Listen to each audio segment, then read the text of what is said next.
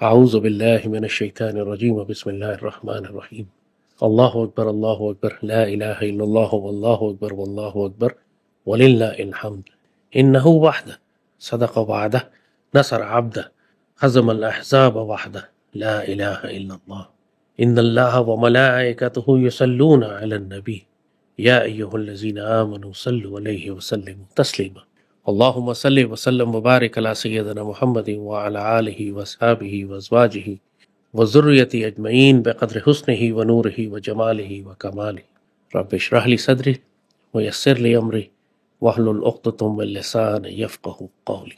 قائد اعظم رحمۃ اللہ علیہ نے اپنے انتقال سے قبل دو بہت ہی حیرت انگیز باتیں بیان فرمائی تھی۔ یہ بات ہم بہت اچھی طرح جانتے ہیں کہ قائد اعظم سیدی رسول اللہ کے ایک سپاہی تھے۔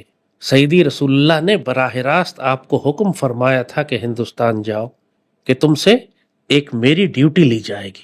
قائد اعظم نے جو کچھ کیا براہ راست سیدی رسول اللہ کے حکم کے مطابق کیا۔ آپ کی تربیت بے شک علامہ اقبال نے فرمائی، لیکن ہندوستان آ کر تحریک پاکستان کی قیادت کرنا سیدی رسول اللہ کا براہ راست حکم تھا۔ قائد اعظم نے اپنے انتقال سے پہلے دو بہت حیرت انگیز باتیں بیان فرمائی، اور بڑے ثقہ راوی ہیں اس کے، ان باتوں کو بیان کرنے والے بڑے مستند لوگ، جنہوں نے خود قائد اعظم سے سنا اور انہوں نے آگے سنا اور یہ کتابوں میں درج کی گئی۔ ایک بات قائد اعظم نے فرمائی کہ جب میں یہ سوچتا ہوں کہ یہ پاکستان بن گیا ہے تو میرے دل کو انتہائی اطمینان نصیب ہوتا ہے، کیونکہ میں جانتا ہوں کہ یہ پاکستان فیضان نبوی کے بغیر بن ہی نہیں سکتا تھا، اور اب پاکستان کے مسلمانوں کی ذمہ داری ہے کہ اس کو خلافت راشدہ کے طرز پر وہ اسلامی ریاست بنائے، تاکہ اللہ وہ وعدے پورا کرے جو اللہ نے ان سے کیے ہوئے ہیں۔ کم و بیش یہی مفہوم، یہی الفاظ۔ اور دوسری بات جو قائد اعظم نے اپنے انتقال سے قبل فرمائی، وہ فرماتے ہیں کہ میں نے بہت غور اور تفصیل سے سیدی رسول اللہ کی مکی زندگی اور مدنی زندگی کا مطالعہ کیا ہے۔ میں یہ بات بہت اچھی طرح جانتا ہوں کہ یہ پاکستان بنانے کی جو تحریک تھی، یہ جو مشرکوں کی جانب سے ہجرت کر کے ایک نئی ریاست بنانے کا کام تھا، یہ مکی دور کی ڈیوٹی تھی، اور میرا کام یہیں تک تھا۔ اب جب مدنی دور شروع ہو گیا ہے، اب جب پاکستان بن گیا ہے، تو مدنی دور کی طرح یہ جنگوں کا دور ہوگا، اس میں جنگیں ہوں گی، اس کے اندر اس پاکستان کو مدینے کی ریاست کی طرح اپنی بقا کے لیے جنگیں کرنی پڑیں گی، اور میں اپنے آپ کو اس قابل نہیں سمجھتا کہ وہ جو ڈیوٹی آگے آنے والی ہے اس میں اس پاکستان کی قیادت کروں۔ میرا کام یہیں تک تھا، اور آئندہ آنے والے وقتوں میں اللہ اس پاکستان کو وہ مجاہد قیادت عطا فرمائے گا جس سے وہ مدنی دور کی ڈیوٹی لی جائے گی کہ جو جنگوں کا دور ہے۔ یہ ایک حیرت انگیز بات قائد اعظم کا وہ فہم دکھاتی ہے، اس پاکستان، اس مدینہ ثانی کی وہ مماثلت دکھاتی ہے جو اس مدینے کی ریاست کے ساتھ ہے۔ یہ مدینہ ثانی بالکل اسی طرز پر اللہ نے تعمیر فرمایا ہے جس طرز پر اللہ نے مدینہ اول کی تعمیر فرمائی تھی۔ مکی دور، ہجرت، اور پھر مدنی دور۔ اور یہ بالکل حقیقت ہے کہ مدنی دور مکمل طور پر ایک سیکیورٹی سٹیٹ کا دور تھا۔ مکی دور میں مسلمانوں کو تلوار نکالنے کی اجازت نہیں تھی۔ پوری تحریک پاکستان میں 1,20,00,000 مسلمان گھروں سے نکلے، لاکھوں ذبح کر دیے گئے، لیکن مسلمانوں کو تلوار نکالنے کی اجازت نہیں تھی۔ لیکن جب سیدی رسول اللہ اپنے اصحاب کے ساتھ ہجرت فرما کر مدینے پہنچتے ہیں، اگلے سال ہی غزوہ بدر ہوتا ہے، اس کے اگلے سال غزوہ احد ہوتا ہے، اس کے بعد پے در پہ جھڑپیں ہوتی ہیں اور جنگیں ہوتی ہیں۔ سیدی رسول اللہ نے خود درجنوں غزوات میں شرکت فرمائی، درجنوں سرایا روانہ کیے۔ سرایا کہتے ہیں اس جنگی مہم کو جس میں سیدی رسول اللہ خود شامل نہ ہوئے ہوں، لیکن آپ نے مسلمان فوجی دستے آگے بھیجے ہوں۔ کہیں پہ مسلمانوں نے دفاعی جنگ لڑی، کہیں مسلمانوں نے جارحانہ جنگ لڑی، کہیں اپنی سرحدوں کے اندر جنگ کی گئی جیسے غزوہ احد میں کی گئی تھی، غزوہ خندق میں کی گئی تھی، کہیں آگے بڑھ کر جنگ کو دشمن تک لے جایا گیا جیسے جنگ بدر میں اور غزوہ تبوک میں اور غزوہ موتا میں جنگ موتا میں کی گئی تھی۔ مسلسل 2 ہجری سے لے کر 10 ہجری تک یہ جو 10 سال مدنی زندگی کے ہیں، ان کے اندر کوئی ہفتہ کوئی مہینہ ایسا نہیں گزرتا تھا جس میں سیدی رسول اللہ اور مسلمان مجاہدین کہیں نہ کہیں دشمن سے تصادم نہ کر رہے ہوتے. اپنی صفوں کے اندر بھی منافقین تھے، چاروں طرف یہودی پھیلے ہوئے تھے، اور مکہ کے تمام قبائل دشمن تھے. کہیں پہ سیدی رسول اللہ باقاعدہ اپنی آرمی لے کے ایڈوانس کر کے آگے جا رہے ہیں، کہیں ریکی پیٹرول بھیجے جا رہے ہیں، کہیں فائٹنگ پیٹرول بھیجے جا رہے ہیں، کہیں پہ دشمن کو ایمبوش کیا جا رہا ہے، کہیں اس کی سپلائی لائن کاٹی جا رہی ہے، کہیں انٹیلیجنس گیدرنگ کے لیے ٹیمز بھیجی جا رہی ہیں. مدینہ مکمل طور پر ایک سیکیورٹی سٹیٹ تھی، اور سیدی رسول اللہ اس کے سپہ سالار ہیں.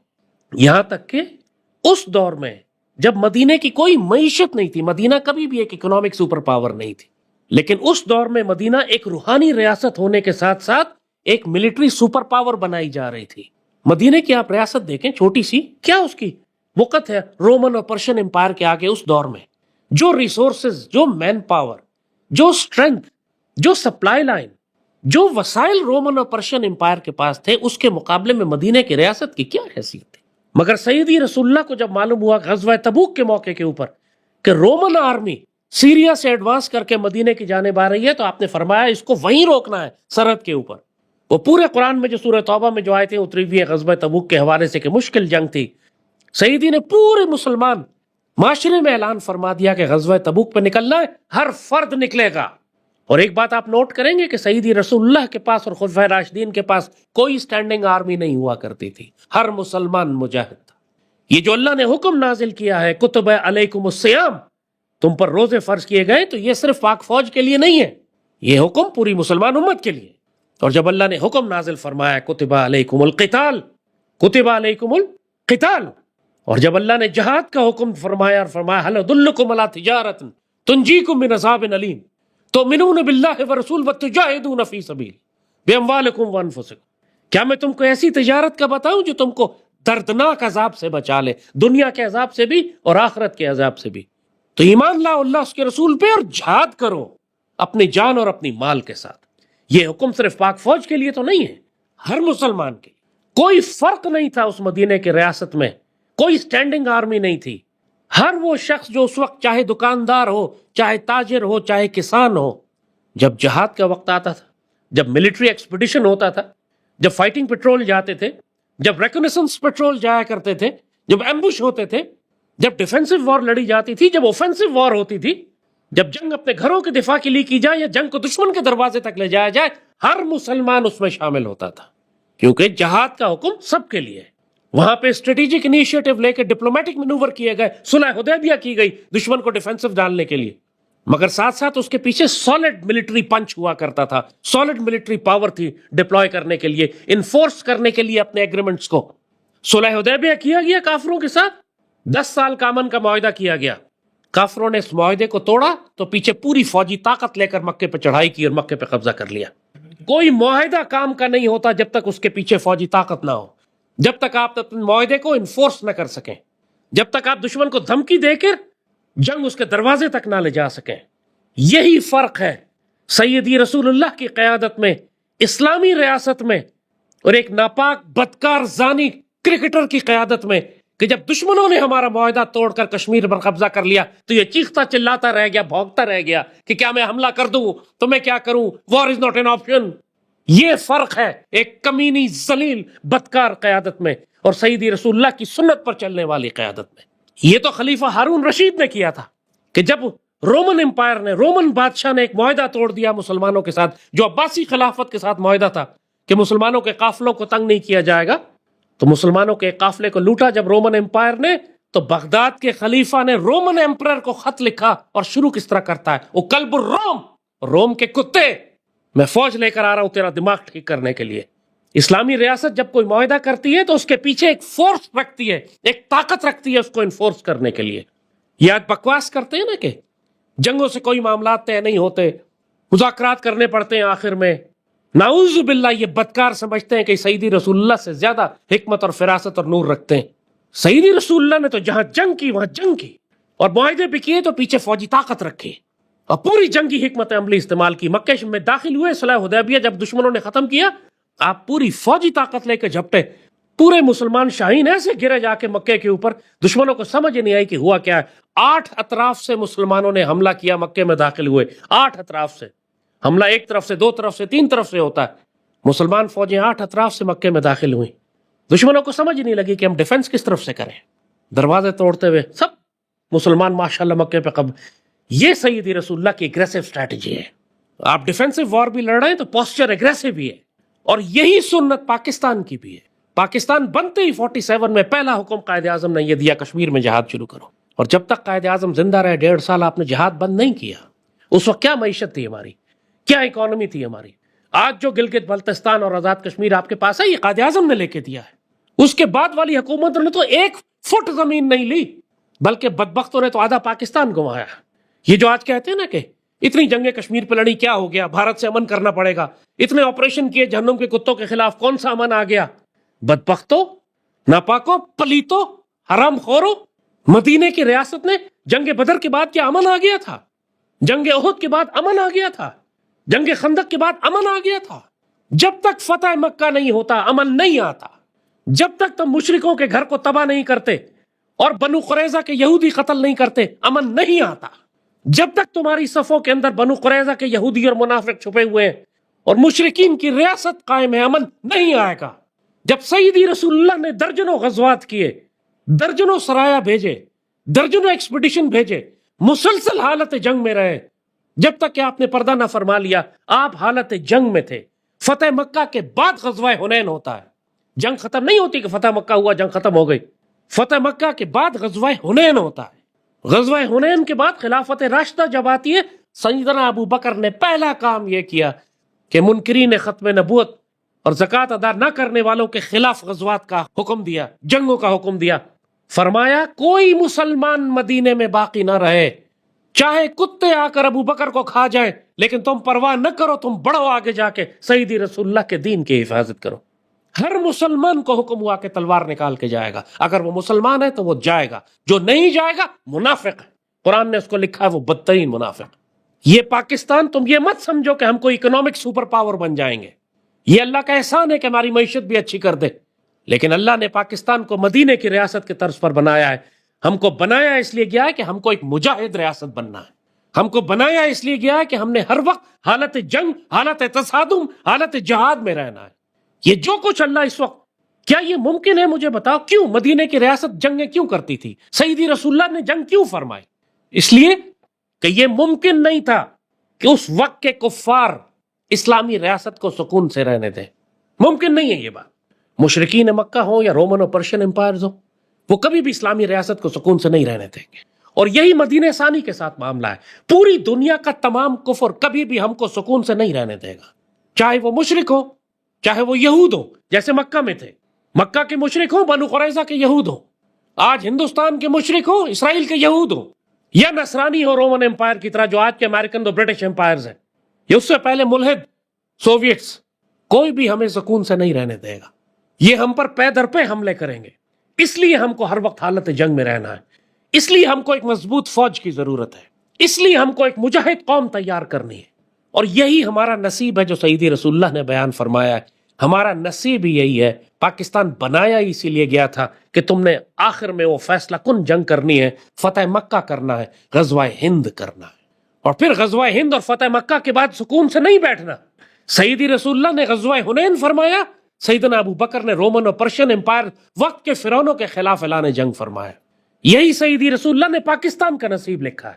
تم غزوہ ہند کرو گے، پھر تم پلٹو گے اور شام پہنچو گے جہاں پہ پوری دنیا کا کفر جمع ہوگا، اور تم وہاں پہ تصادم کرو گے ان کے ساتھ۔ یہ حدیث شریف میں لکھا ہے، میں نے ایجاد نہیں کیا اپنی طرف سے، یہ سیدی رسول اللہ نے فرمایا ہے کہ پاکستان سے سبز رنگ کے پرچم والی فوج نکلے گی، اس میں اللہ کے رسول کا بیٹا مہدی ہوگا، اور وہ فوج پلٹے گی اور بیت المقدس شریف میں جا کر وہ جھنڈے گاڑ دے گی، اور کوئی فوج اس کو روک نہیں سکے گی رستے میں۔ یہ خوشخبریاں اور بشارتیں اس پاکستان کے لیے، پاکستان اور یہ سارے فرائض، یہ ساری بشارتیں صرف پاک فوج کے لیے نہیں ہیں، پاکستانی قوم کے لیے۔ کیا غزوہ ہند صرف پاک فوج پر فرض ہے؟ کیا یہ سعادتیں کہ یہ فوج پلٹے گی اور شام میں عیسیٰ علیہ السلام کو پائے گی اور اس کی صفوں میں اللہ کے خلیفہ امام مہدی ہوں گے، یہ سعادتیں صرف پاک فوج کے لیے ہیں، پاکستانی قوم کے نصیب میں نہیں ہے کیا؟ یہ جب جنگوں پہ جنگیں ہوں گی اس وقت کوئی فوج اور سویلین کا فرق نہیں رہ جائے گا. ایک اسلامی ریاست میں یہ فرق ہوتا ہی نہیں ہے. بے شک ایک باقاعدہ فوج رکھی جاتی ہے، جیسے پاک فوج ہے، ایئر فورس ہے، نیوی ہے، مگر باقی ساری قوم جو ہے وہ ریزروسٹ ہوتے ہیں، باقی ساری قوم بھی مجاہد ہوتے ہیں، باقی ساری قوم بھی تیار ہوتی ہے اپنی ریگولر فوج کے ساتھ کھڑے ہو کر جہاد کرنے کے لیے. یہ تو 1965 کی وار میں جب ہمیں سندھ کے ڈیزرٹس میں جنگ کرنی پڑی تو پیر پگاڑا کے مجاہدین جو ہر مجاہدین تھے وہ آئے، انہوں نے پاک فوج سے کہا کہ ہم آپ کے ساتھ مل کر جنگ کریں گے کہ ریگستان کو ہم بہت اچھی طرح جانتے ہیں. تو ہزاروں کی تعداد میں ہر مجاہدین ان کو اسلحہ پاک فوج نے دیا اور انہوں نے بھارتی فوج کی ایسی تیسی پھیر کے رکھ دی ریگستان میں. پاک فوج کے ساتھ ساتھ وہ سندھی ہر مجاہدین لڑ رہے تھے. 47-48 میں جب کشمیر آزاد کرانے کی بات آئی تو قائد اعظم نے قبائلی علاقوں کے مجاہدین کو بھیجا جنہوں نے مقبوضہ کشمیر میں داخل ہو کے اس کو آزاد کرایا. آج بھی پاکستان کے دفاع کے لیے جتنے پاکستان کے مسلح مجاہدین ہیں، چاہے وہ ہمارے قبائلی ہوں، بلوچستان میں ہو، قبائلی علاقوں میں ہو، فرنٹیئر میں ہو، سندھ کے اندر ہو، یا وہ پاکستانی آج پورے پاکستان میں، ہمیں تو اللہ نے سہولت دی ہوئی ہے کہ اس پاکستان میں ہم کو اجازت ہے اسلحہ رکھنے کی. یہ کیسے ممکن ہے کہ کوئی پاکستانی جہاد کی تیاری نہ کرے اگر وہ مسلمان ہے؟ سیدی رسول اللہ نے فرمایا جس کا مفہوم ہے کہ وہ شخص جس نے نہ جہاد کیا، نہ جہاد کی تیاری کی، نہ جہاد کی نیت کی، تو آپ اس کا مفہوم ہے کہ وہ نفاق کی، منافقت کی ایک موت مرا. وہ کیسا مسلمان ہوگا جو جہاد کی نیت نہ کرے، جہاد کی تیاری نہ کرے، جہاد کے لیے جسمانی طور پر، روحانی طور پر، وسائل کے لحاظ سے، ہتھیار کے لحاظ سے، تربیت کے لحاظ سے اپنے آپ کو تیار نہ کرے کہ آنے والے وقتوں میں میں نے بھی جہاد کرنا ہے. 1400 سال کی اسلامی تاریخ میں حرام تھا مسلمان معاشروں کے لیے کہ کسی ایسے شخص کو حکمران بنائے جس نے جہاد نہ کیا ہو. جس طرح 1400 سال کی اسلامی تاریخ میں جمہوریت حرام تھی مسلمانوں پر، کوئی ایک مثال نہیں ہے 1400 سال کی اسلامی تاریخ میں کہ جب مسلمانوں نے جمہوریت کے ذریعے اپنے حکمران چنے ہو. اور کوئی ایک مثال 1400 سال میں نہیں ہے کہ مسلمانوں کا حکمران کوئی ایسا شخص ہو جس نے نہ جہاد کیا ہو، نہ لشکر کی قیادت کی ہو، نہ میدان جنگ دیکھا ہو، نہ میدان جنگ میں زخمی ہوا ہو، نہ اس نے اپنے مجاہدین کی قیادت کی ہو. ایسے کسی شخص کو مسلمان کبھی حکمران بناتے ہی نہیں. یہ بے شرم بے غیرت جو آج ہم پہ مسلط ہیں نسل در نسل، کوئی بدکار، کوئی زانی، صرف تیز گیند کرا دی اس لیے ملک کا حکمران بنا دیا، ٹکٹ بلیک کر دیے اس لیے ملک کا صدر بنا دیا، لوہار تھا، لوہا بیچتا تھا اس لیے ملک کا وزیر اعظم بنا دیا، جنہوں نے ساری زندگی کبھی نہ میدان جنگ دیکھا، نہ یہ جہاد کی خواہش رکھتے ہیں، نہ ان کو پتا ہے کہ میدان جنگ میں کیا ہوتا ہے. اسی لیے جب جنگ کی بات آتی ہے، جہاد کی بات آتی ہے تو بزدلوں اور بغیرتوں کی طرح ہتھیار ڈال کے سرنڈر کر دیتے ہیں. 71 کی مثال مت دو کہ وہ ہمارے خلاف ایک بہت بڑی سازش تھی. ایک چھوٹی سی فوج کو ہم نے کتوں کے حوالے کر دیا تھا، اپنوں نے غداری کی تھی، اس کے ساتھ دھوکہ دیا گیا تھا اس فوج کو. ہماری سب سے دلیر فوج وہی تھی جس کو مشرقی پاکستان میں چھوڑ کر ہم نے مرنے کے لیے چھوڑ دیا. آج بھی کسی پوسٹ کے اوپر جہنم کے کتے حملہ کریں اور اندر پوسٹ میں چھوٹی سی جماعت ہو جو سرفروشی سے لڑ رہی ہو اور ہم اس کو مدد بھیجنے سے انکار کر دیں، آخر میں وہ ماری جائے یا شہید ہو یا زخمی ہو، پھر ہم کہیں کہ تم نے بڑی بزدلی دکھائی، تم لڑے کیوں نہیں. یہ بغیرتی ہماری ہے کہ اپنی فوج کو بھیج کے ہم نے تنہا کیوں چھوڑ دیا. اس فوج کا قصور نہیں تھا جو مشرقی پاکستان میں پھنسی تھی، نہ اس کو پیچھے سپلائی بھیجی، نہ مدد بھیجی، نہ سفارتی مدد کی، نہ عسکری مدد کی. ان بیچاروں کو مرنے کے لیے چھوڑ دیا، کچھ شہید ہو گئے، کچھ گرفتار ہو گئے، پھر انہیں گالی دیتے ہیں تم تو لڑے ہی نہیں. بغیرت وہ تھے جنہوں نے ان کو وہاں بھیج کر تنہا چھوڑ دیا.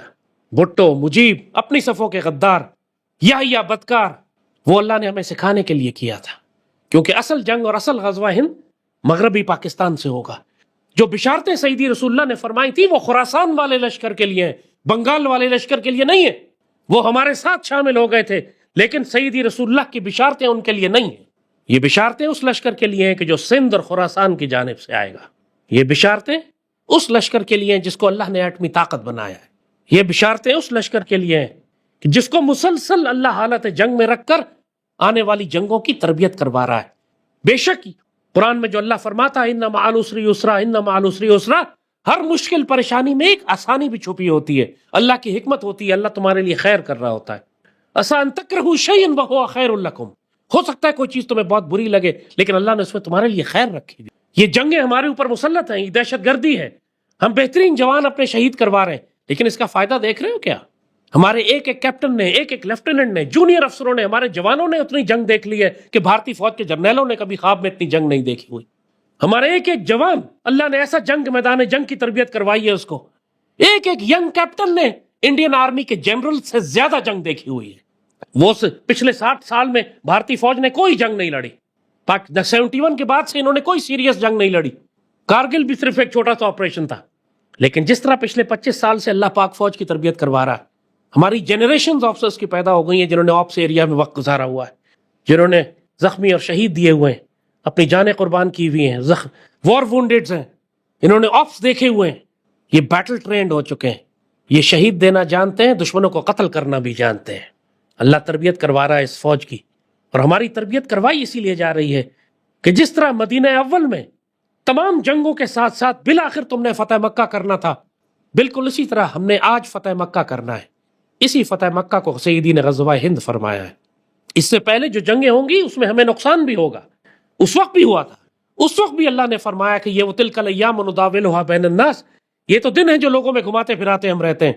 کبھی خود سیدی زخمی ہوئے غزوہ احد کے موقع کے اوپر، غزوہ خندق کے موقع کے اوپر تکلیفیں اٹھانی پڑی، اکنامک بلاکیڈ بھی لگا، جنگ بھی ہوئی.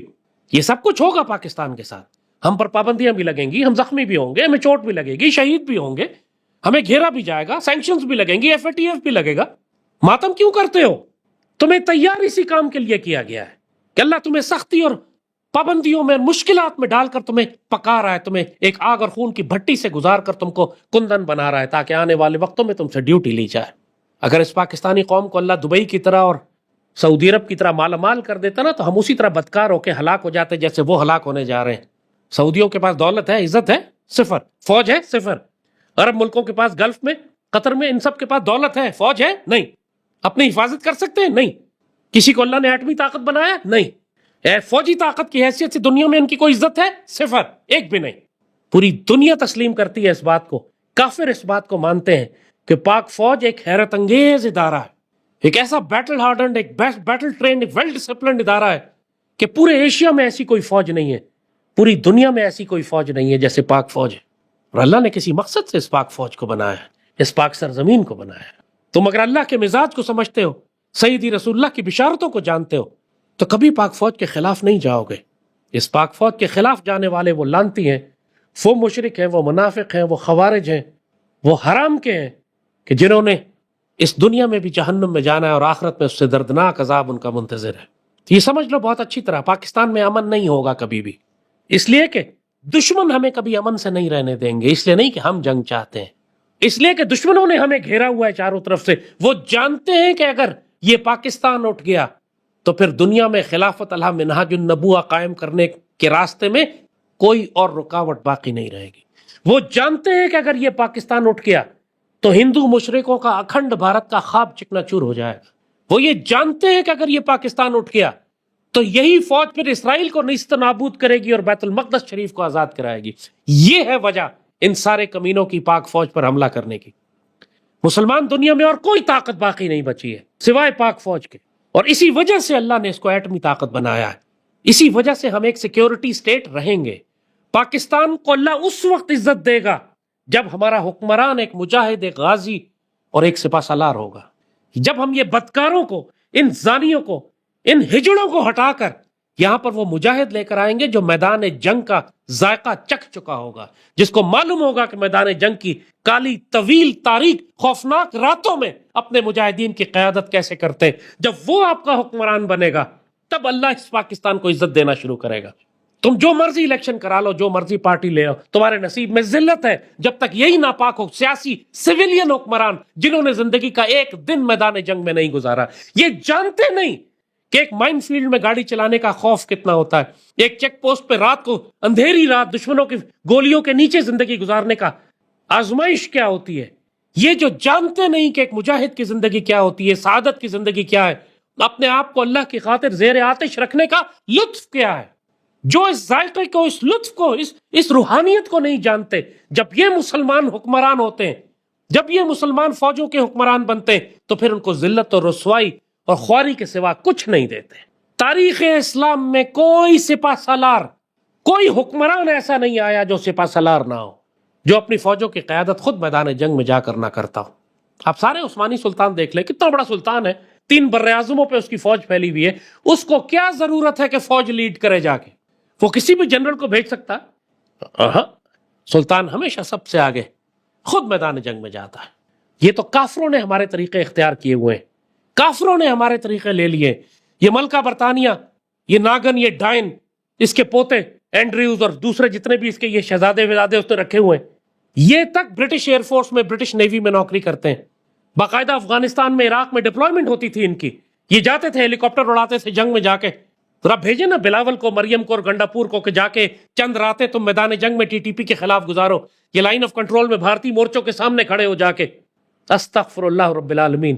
ان کو ڈائپر دینے کی ضرورت پڑ جائے گی، ان کی سانسیں بند ہو جائیں گی صرف اس خیال سے کہ ہم میدان جنگ میں کھڑے ہوئے ہیں اور یہ خواب دیکھتے ہیں کہ ہم ملک کے حکمران بنیں گے. اور جو قوم پھر ان کو حکمران بنائے گی، پھر اس کے نصیب میں جب ذلت اور رسوائی اور ذلالت آئے، پھر شکایت کیوں کرتے ہو تم اللہ سے؟ تم نے کبھی مجاہد کو حکمران بنایا؟ تم نے کبھی ایسے فرد کو حکمران بنایا جو سیدی رسول اللہ کا غازی ہو، ان کا مجاہد ہو؟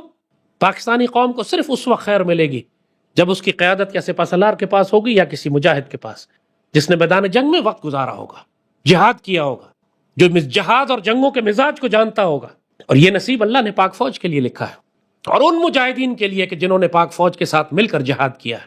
تو سمجھ لو بہت اچھی طریقے سے. یہ جو اعتراض کرتے ہیں نا کہ پاکستان ایک سیکیورٹی سٹیٹ کیوں ہے، پاکستان کو تو ایک اکنامک سٹیٹ ہونا چاہیے، یہ اللہ کی مرضی نہیں ہے، ایسا ہوگا نہیں کبھی. اللہ ہم کو کبھی بھی دولت کی اتنی فراوانی نہیں دے گا کہ ہم کرپٹ ہو جائیں، ہم عیاشی میں پڑ جائیں، ہم بگڑ جائیں جس طرح عرب بگڑ چکے ہیں. اللہ ہمیشہ ہم کو میدان جنگ میں رکھے گا تاکہ ہم اس آگ کی بھٹی میں ہلکا ہلکا پکتے رہیں، تاکہ جب وقت آئے تو اللہ تعالیٰ کی وہ فوج تیار ہو جس سے اللہ نے آنے والے وقتوں میں کام لینا ہے. اس پاکستان سے کام لینا ہے. اس پاکستان سے اللہ نے امت مسلمہ کی قیادت کروانی ہے، امت مسلمہ کی حفاظت کروانی ہے، غزوہ ہند کروانا ہے، غزوہ شام کروانا ہے، خلافت علی منہاج النبوہ قائم کرنی ہے، جہنم کے کتوں خوارج کے خلاف جنگ کرنی ہے. اللہ تم کو کبھی امن سے نہیں رہنے دے گا، ہمیشہ تم کو جنگ کی آگ میں پکائے گا تاکہ تم کندن بن کے، سونا بن کے نکلو، وہ فوج بن کے نکلو جس سے اللہ نے کام لینا، جس کو سیدی رسول اللہ نے فرمایا تھا اس کے شہ سوار اربوں سے بہتر شہ سوار ہوں گے، اس کے ہتھیار اربوں سے بہتر ہتھیار ہوں گے. تم اپنی تقدیر سے نہیں بھاگ سکتے.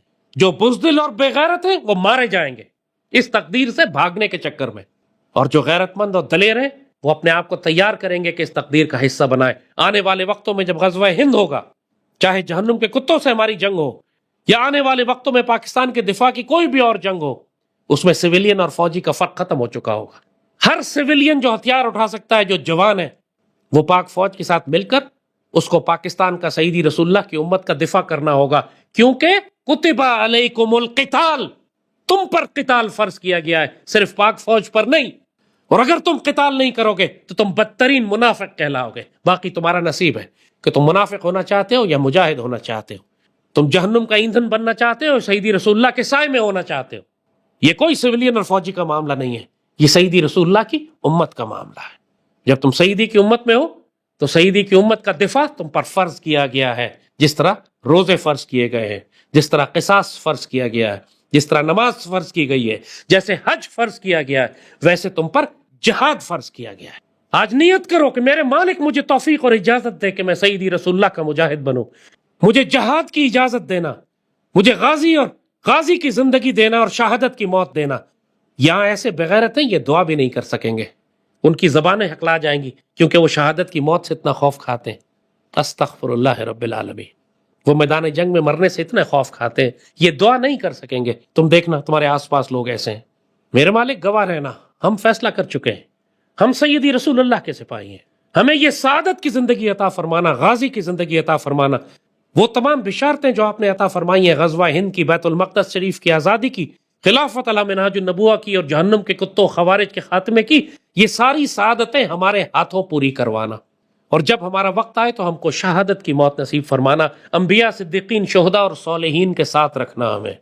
میرے مالک ہم بری ہیں منافقین سے، ہم بری ہیں کافروں سے، ہم بری ہیں ناپاک اور پلیت حکمرانوں سے جو سیدی رسول اللہ کے غدار اور خائن ہیں، جنہوں نے آج فلسطین کے ساتھ خیانت کی. میرے مالک ہمارا شمار ان میں سے نہ کرنا، ہمارا شمار ان سپاہیوں میں سے کرنا جو سیدی رسول اللہ کی بیٹے امام مہدی کی فوج میں شامل ہوں گے، ان کی فوج کے سپاہی ہوں گے.